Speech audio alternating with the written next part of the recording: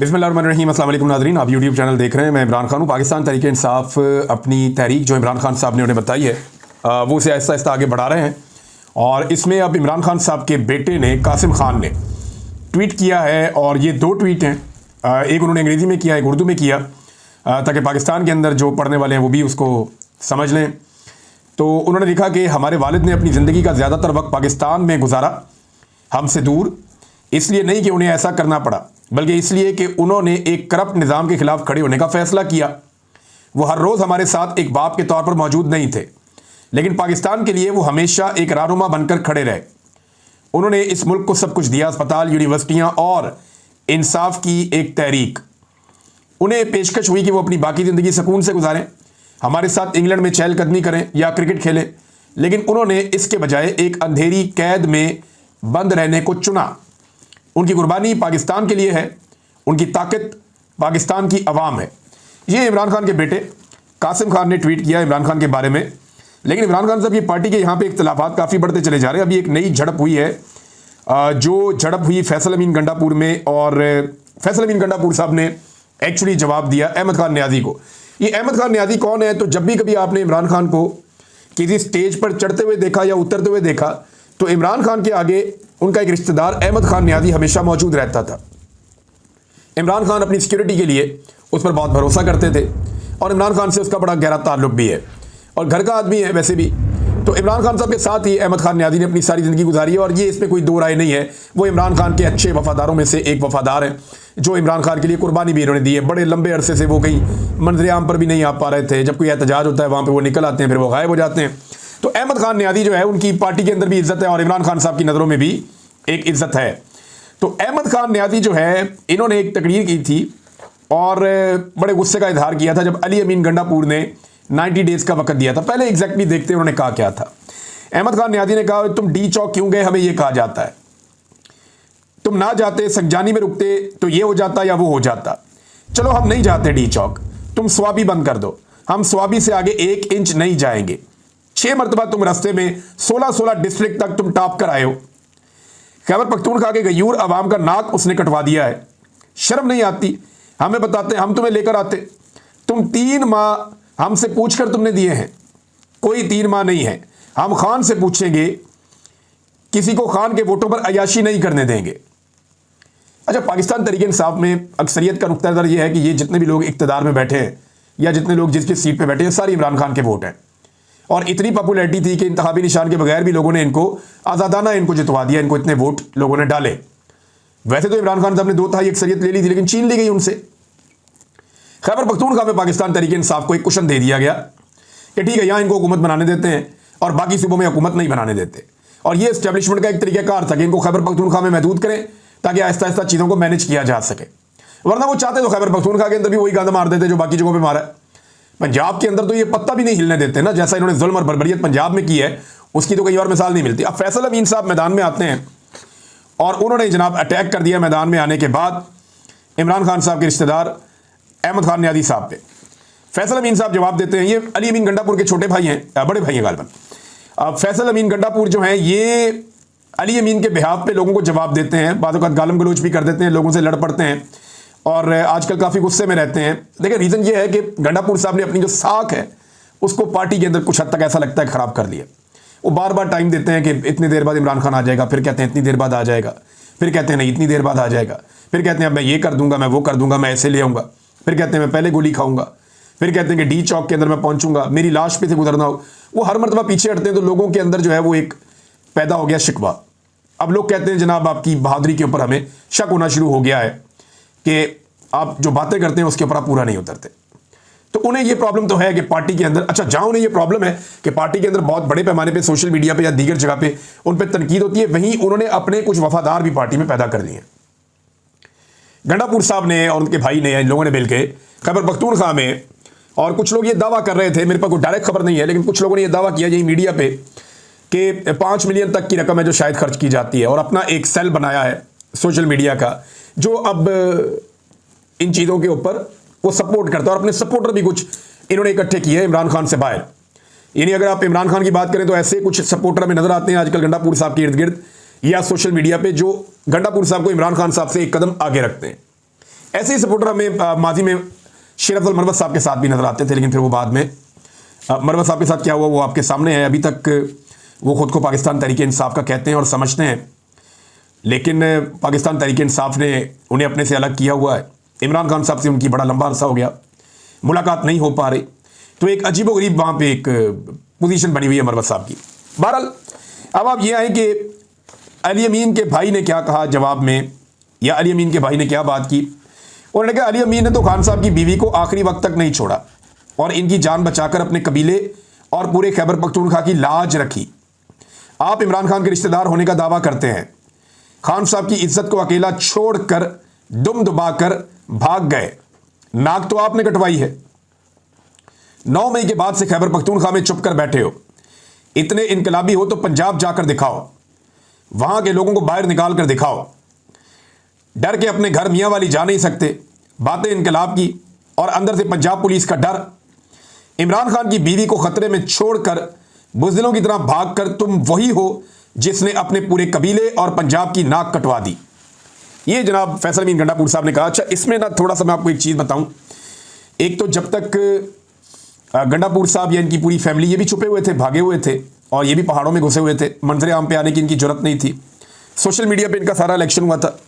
जब ये लोग इलेक्शन जीत गए और इन्हें बताया गया कि अब आपकी बारी है, आपको इक़्तिदार मिलेगा इस सूबे में, फिर अली अमीन गंडापुर साहब पहली मरतबा मंजर आम पे आते हैं। उस वक्त इनके वालिद गिरामी का इंतकाल हुआ था, अल्लाह ताला उन्हें गरी की रहमत करे, बड़ी ज़बरदस्त शख्सियत थे। तो तब अली अमीन गंडापुर साहब को पहली मरतबा मंजर आम पे देखा गया। मैंने इनकी फैमिली से रब्ता भी किया था कि अभी सूरत हाल क्या है, तो मुझे उन्होंने बताया जी हमें तो पुलिस अब प्रोटोकॉल दे रही है। वही पुलिस जो हमें गिरफ्तार करने के लिए छापे मारती थी, उन्हें पता चल गया कि अली अमीन वज़ीर आला बन रहा है, लिहाजा वही पुलिस हमें प्रोटोकॉल दे रही है। तो देखें, जब तक खैबर पख्तूनख्वा में हालात अच्छे नहीं थे, तब तक अली अमीन गंडापुर या फैसल अमीन गंडापुर या इनके फैमिली के लोग ये भी भागे हुए थे और छुपे हुए थे। और मैं उन दिनों में इन्हें मिला भी था, मैं वहाँ गया था। 2 भाइयों से मेरी मुलाकात नहीं हुई, इनके भाई उमर साहब से मेरी मुलाकात हुई थी और वो भी बड़ी मुश्किल में ज़िंदगी गुजार रहे थे। तो ये लोग तो भागे हुए थे, जैसे आजकल पंजाब के लोग भागे हुए हैं। अगर उस वक्त कोई आपको चैलेंज करता कि आप सामने आए और सामने आकर लड़ें, तो क्या आप लड़ सकते थे? कभी भी नहीं।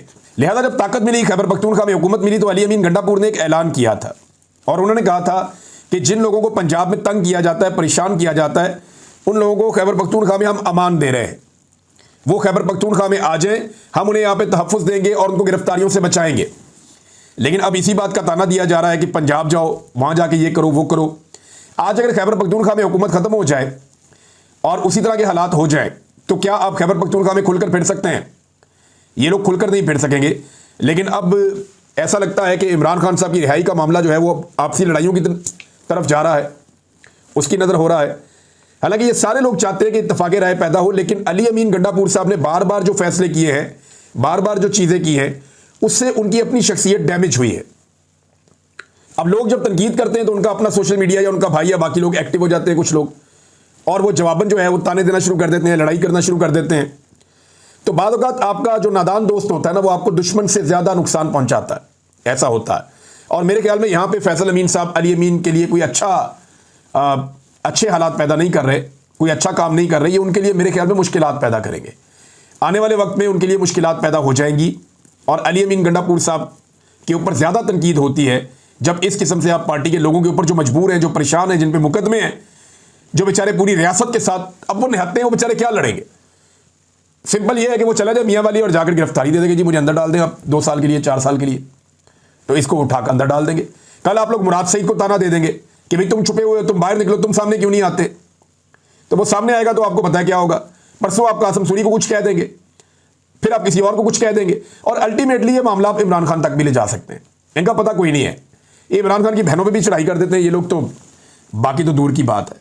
बहरहाल ये मामला मैंने आपके सामने रख दिया कि यहाँ पे इख्तिलाफ राय पैदा हो रहा है और पाकिस्तान तहरीक इंसाफ के लोग ये चाहते हैं कि इस इख्तिलाफ राय को दूर किया जाए। खैबर पख्तूनख्वा में ओवरऑल सूरत हाल ये है कि अगर वहाँ की जो अपनी सियासी जमात पाकिस्तान तहरीक इंसाफ के लोग भी अगर एहतजाज करते हैं तो अपनी हुकूमत के खिलाफ भी करते हैं। यानी शानदाना गुलजार साहब बता रही हैं जो जुल्म हो रहा है और जो हालात पैदा हो रहे हैं, उन्होंने एक मुतालबा किया। उन्होंने कहा जी SHO बुडबीर को मुअत्तल ना किया गया अगर सुबह 8 बजे तक, तो हम पूरा कोहाट रोड बंद कर देंगे। देखें, इनकी पार्टी की हुकूमत है खैबर पख्तूनख्वा में, इनको तो बड़े आराम से जाकर बताना चाहिए वज़ीर आला को कि जनाब इस आदमी ने ये गलत काम किया है, ये ज्यादती की है, इस आदमी को यहाँ से हटाया जाए। और वहाँ पे अमन व अमान का मसला है, लेकिन इनकी बात ऐसा लगता है कि सुनी नहीं जा रही और वो कह रहे हैं जी हम कोहाट रोड बंद कर देंगे। अपनी ही पार्टी अपनी ही हुकूमत के खिलाफ अगर रोड बंद करने पे आ जाएगी तो आप सिचुएशन का अंदाजा कर सकते हैं। ऐसा लगता है कि जो खैबर पख्तूनख्वा की गवर्नमेंट है वो पाकिस्तान तहरीक इंसाफ की अपोजिशन बनती जा रही है। ये अभी तासुर ये आता है। लेकिन दूसरी तरफ आप देखें कि सलमान अकरम राजा साहब हो गए या बैरिस्टर गौर साहब हो गए या एक शेख वकास अकरम साहब हो गए, इन लोगों के बड़े शानदार मुरासम हैं, ताल्लुकात हैं खैबर पख्तूनख्वा की हुकूमत के साथ भी, और ये गंडापुर साहब के साथ पूरी तरह सिंक है। हालांकि सलमान अकरम राजा साहब ने कहा कि मुझे तो बुलवाया ही नहीं था प्रेस कॉन्फ्रेंस में गंडापुर साहब ने, लेकिन मैंने अपने तौर पे सोचा कि मुझे जाना चाहिए और बगैर बुलाए मैं चला गया मिर्ज़ा अफरीदी के डेरे पे, और वहाँ जाकर मैंने उस फार्म हाउस पे वो प्रेस कॉन्फ्रेंस मैंने अटेंड की और मैं साथ बैठा गंडापुर के। तो ये सलमान अकरम राजा साहब ने कहा जी मेरा फैसला था। तो उनके इतने अच्छे मुनासिब और इतने अच्छे ताल्लुकात हैं कि वो इस लेवल तक भी चले जाते हैं कि ना भी बुलाएं तो वो कहते हैं जी हम आ जाएंगे। अब ये तनकीद बढ़ती जा रही है गंडापुर साहब के मामले में। यहां मैं एक चीज़ आपके सामने और रखता हूं, आलिया हमजा और आतिफ खान, इन दोनों ने ये जोर दिया है कि 5 अगस्त के हवाले से जो इमरान खान साहब का हुक्म है वही तारीख है और वही हमारी तारीख है। जो 5 अगस्त की तारीख है, जो इमरान खान देगा, जो बात इमरान खान करेगा वही हमारी बात है, और जो तारीख इमरान खान ने दी है वही हमारी तारीख है, और 5 अगस्त पर ही हम जोर देते हैं। तो गंडापुर साहब के जो 90 डेज वाला फार्मूला है उसकी वजह से यहां पे एक अजीब सी सूरत हाल पैदा हो गई। नाज़रीन, एक बड़ी मजेदार खबर मैं आपको पढ़ के सुनाता हूं। ये बड़ी इंटरेस्टिंग खबर है और ये इतना बड़ा फैक्ट है कि 9 मई के हवाले से आप अंदाजा करें कैसे भोंडे, गलीज और घटिया मुकदमा दर्ज किए गए और किस किस्म के गवाह पैदा किए गए। एक गवाह तो वो था ना जिसपे आप आज तक हंसते रहे कि वो इमरान खान साहब के घर के 4 बैरियर क्रॉस करके वो इमरान खान साहब के ड्राइंग रूम में जाके इमरान खान साहब के सामने बीच में बैठ गया 4 बंदों में, और वहां इमरान खान साहब ने जो प्लानिंग की उसने वो प्लानिंग सुनी और वो ऐनी शाहिद के तौर पे जाके अदालत में गवाही दे रहा है। और भाई वहां कोई बंदा ऐसा अंदर नहीं जा सकता जिसका पाकिस्तान तहरीक इंसाफ से ताल्लुक नहीं है, इमरान खान साहब ने उसको बुलाकर नहीं बिठाया हुआ। जो लोग वहां अंदर जाते हैं मिलने के लिए उनको एग्जैक्टली आइडिया है कि उस ड्राइंग रूम में उस जगह पे पहुंचना मुमकिन ही नहीं है। ऐसा नहीं है कोई एतवार लगा हुआ और सारी दुनिया आ रही है और जिसका दिल कर रहा है जहां पे मुंह उठा के फिर रहा है, ऐसा नहीं है। वहां पे पहले बाहर वाला बैरियर, उसके बाद एक और गेट, उसके बाद एक और गेट, और उसके बाद अंदर एक जगह बिठा के इंतजार करा के वहां से बंदा फाइनल करके इमरान खान साहब को बता के उनके ड्राइंग रूम में बंदा दाखिल किया जाता था। और ड्राइंग रूम में टोटल जो बैठने की जगह थी मेरे ख्याल में 18-20 लोगों के बैठने की जगह थी, इससे ज्यादा जगह ही नहीं थी। और जो इमरान खान साहब ने अपना एक हल्का बनाया हुआ था बैठने का, तो 2 चेयर इधर थी, 2-3 लोग इधर और सामने 2-3 लोग, 8-10 लोग बैठ सकते थे। तो उनमें वो पुलिस वाला कहां से उठकर बैठ गया। तो ये तो एक अजीबोगरीब थी ना स्टोरी। अब एक और स्टोरी सुने आप। कोट लखपत जेल में 9 मई की साजिश के मरकजी एक गवाह है, इनका नाम है खालिद हसाम। ये पुलिस वाला है, इसने गवाही दी थी कि जी मैं ऐनी शाहिद हूं। मजे की बात यह है कि 9 मई की साजिश इसकी आंखों के सामने हुई, इसने यह दावा किया। आज थाना शादमान का रजिस्टर मंगवाया गया अदालत में कि थाना शादमान का रजिस्टर देकर आओ 9 मई का, यानी जब 9 मई की तारीख थी उन दिनों का जो रजिस्टर है जहां अंदराज होता है चीजों का रोजनामचा, जरा रजिस्टर देकर आओ, इसमें हाजरी वादरी भी लगती है। तो जनाब थाना शादमान का रजिस्टर मंगवाया गया। जिस थाने में ड्यूटी वो आदमी करता था ये थाना शादमान ही था। तो इस रजिस्टर में इंकशाफ हुआ कि जिस दिन वो ये कह रहा है कि वो ऐनी शाहिद बना और जिस दिन वो ये कह रहा है कि उसकी आंखों के सामने ये साजिश हुई, उस दिन वो बंदा ही छुट्टी पे था। खालिद हसाम नाम का आदमी उस दिन छुट्टी पर था जिस दिन उसने छुट्टी वाले दिन सोते हुए उसने ख्वाब देखा कि एक साजिश हुई है और उसने आकर जनाब बयान कर दिया और उसके ऊपर ये 9 मई का पूरा बयानिया कर दिया गया। अंदाजा करें आप।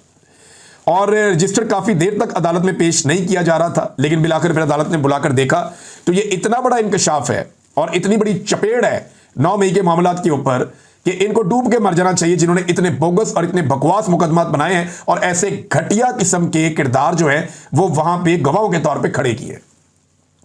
भाई केस बनाना वो तो कोई ढंग का बनाओ ना, केस बनाना है कोई उसका सर पांव तो हो, कोई लॉजिक तो हो। सारे के सारे केस इनके ऑलमोस्ट उड़ गए हैं। अब सिर्फ अदालतों के अंदर बैठे हुए जजेस पे दबाव है कि वो इंसाफ नहीं दे सकते। वो बेचारे या तो तारीखें देते हैं या डर के मारे फैसले देते हैं। अब जजेस को कंट्रोल करके दबाव डालकर मिलिट्री इंटेलिजेंस की जानिब से इस मामले को धक्का दिया जा रहा है, लंबा घसीटा जा रहा है। पीएमएलएन की गवर्नमेंट कर रही है और ये लोग कर रहे हैं। और नाज़रीन हालात इनके ये हैं कि मरियम नवाज दावे करती है गरीब आदमी के लिए ये करेंगे वो करेंगे। वो गरीब आदमी बेचारा बारिश में जो परेशान था उसने सख्त बातें कर दी, नहीं करनी चाहिए थी, लेकिन वो बंदा तब से अब तक गायब है। उसे पुलिस उठाकर लेके गई थी, पुलिस के साथ उसकी तस्वीरें भी हैं, डाले के अंदर उसको बिठाया जा रहा है, वो भी तस्वीर वीडियो मौजूद है। उसके बाद से अब तक उसके घर वालों को पता ही नहीं चला वो बंदा गया कहां पे 2 दिन। उसका बेटा आता है अदालत में आगे दरखास्त देता है कि जनाब मेरे वालिद को बाजियाब करवाया जाए, पता ही नहीं चल रहा कहां पे मुकदमा है, क्या हुआ, किसी अदालत में पेश नहीं किया। ऐसी अंधेर नगरी है पंजाब के अंदर कि उस बंदे को किसी अदालत में पेश करते उसकी जमानत करवाने के लिए कोशिश की जाती कि यार 2 जुमले इसने बोले हैं, इन जुमलों के ऊपर क्या हो सकता है, बाहर उसकी जमानत हो जानी थी, वो बाहर आ जाता, लेकिन इस बंदे को लापता कर दिया गया। और मेरे ख्याल में कोशिश की जा रही होगी कि इस बंदे को तोड़ दिया जाए, ज़हनी तौर पे कमज़ोर किया जाए, ये बाहर आने के बाद कोई जुमला ना बोले, कभी कोई ऐसी बात ना करे, उसे ब्लैकमेल किया जाएगा। हो सकता है उसे लालच दी जाए, हो सकता है उसे ज़्यादा डराया जाए, ज़्यादा ब्लैकमेल किया जाए, या उसे ये भी कहा जाए कि वापस जाके तुम कह देना कि मैं डर गया था, पुलिस ने तो मुझे उसी वक्त छोड़ दिया था, मैं कहीं शुमाली इलाका जहाँ चला गया था, या अपने किसी रिश्तेदार के घर चला गया था, मैं वापस आ गया। बहुत मुमकिन है बाद में ये हो जाए। लेकिन चचा जो है वो पूरे पाकिस्तान में लोगों ने चचा को उठा के रख दिया, और लेकिन उनका बेटा कह रहा है जनाब उसका राब्ता नहीं हो रहा, बाजियाबी की दरखास्त डाल दी है। अब बेचारा आकर कह सकता है जनाब मैं खुद ही कहीं चला गया था, यही एक तरीका वारदात रह जाता है। और फिर हद है वैसे इस मुल्क में। अब कुछ लोग ये दावा कर रहे हैं कि ये चचा कहीं कृषि में काम करता था। कृषि कंपनी आपको पता है ये अद्वियात और मशरूब और बहुत सारी चीज़ें बनाती है। कुछ लोग दावा कर रहे हैं कि ये वहाँ नौकरी करता था, और दूसरा दावा ये किया जा रहा है कि शायद इसको नौकरी से निकाल दिया गया। इस बारे में कंफर्मेशन नहीं है, लेकिन बहुत सारे लोग ये कह रहे हैं कि बेशक नौकरी से निकाला गया, हम इस चचा की मदद करेंगे, जब तक इसको नौकरी नहीं मिलती, जब तक मामला ठीक नहीं होता हम इसकी मदद करेंगे। बहुत सारे लोग ये कह रहे हैं। लेकिन कृषि में अगर वाकई ये काम करता था और कृषि से वाकई इसको निकाला गया, तो मैं कृषि वालों को एक बात बता दूं कि आपने थोड़ा बहुत किसी को खुश करने के लिए चाचे को अगर नौकरी से निकाल दिया ना, ये साजिद नाम है उनका गालिबन, अगर ये चचा साजिद को आपने नौकरी से निकाल दिया ना थोड़े बहुत अपने फायदे के लिए, तो ये ना हो कि कहीं आपका बाइकआउट हो जाए। और अगर आपका बाइकआउट हो गया ना, तो ये मुल्क के लोग तो जो मिलिट्री एस्टेब्लिशमेंट के जेरे सरपरस्ती चलने वाले जितने इदारे हैं उनका बाइकआउट करके इन्होंने ये हाल कर दिया था कि उनको अपनी प्रमोशन करवानी पड़ गई थी। तो ये आपका बाइकआउट कर दिया तो आपके लिए मुसीबत बन जाएगी, आपको बड़ा खसारा हो जाएगा। लिहाजा इस किस्म का पंगा ना लें, सियासी चीज़ों को सियासी रहने दें। वो चचा ने जज्बात के अंदर एक बात कर दी थी, बट ठीक है, वो वक्त चला गया। अब उनको हुकूमत को भी चाहिए कि छोड़ दे, वो अपने घर जाए। इस्लामाबाद में नादरीन जो 2 हाथ बॉल्स उठा के ऊपर हवा में मौलक थे, अब वो दोनों हाथ गिरा दिए गए, कलम कर दिए गए हाथ। और मेरे ख्याल में तनकीद क्योंकि सोशल मीडिया में बहुत हुई, और उन हाथों को लेकर लोगों ने बहुत सारी मीम्स बनाई। लोगों ने कहा जी ये वो सिंबल है जो ये हुकूमत करती है उसके मुताबिक है।